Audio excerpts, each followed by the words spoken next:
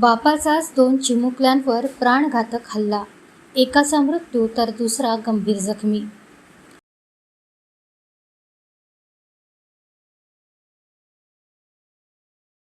दुर्गापूर येथील शक्तिनगर कॉलनीत कौटुंबिक वादातून पित्यानेच आपल्या 2 मुलांवर धारदार ब्लेडने प्राणघातक हल्ला केल्याची धक्कादायक घटना सोमवारी सायंकाळी घडली.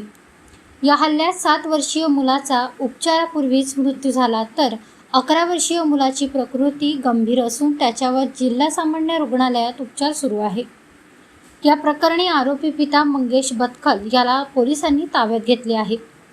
मिळालेल्या प्राथमिक माहितीनुसार मंगेश बतकल हा आपल्या 2 मुलांसह दुर्गापूर येथील वेस्टर्न कोलफील्ड्स लिमिटेडच्या चंद्रपूर क्षेत्रातील क्वार्टर क्रमांक M29 येथे राहत असलेल्या भावाकडे वास्तव्यास होता.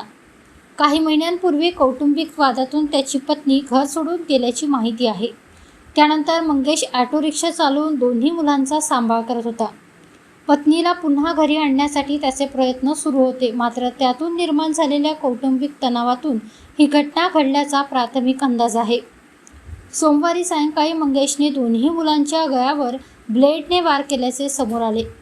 घटनेनंतर नातेवाईक व नागरिकांनी दोन्ही जखमी मुलांना तातडीने रुग्णालयात दाखल केले, मात्र डॉक्टरांनी 7 वर्षीय देवांश बतकल याला मृत घोषित केले, तर 11 वर्षीय सुशांत बतकल याची प्रकृती गंभीर असून त्याच्यावर उपचार सुरू आहेत.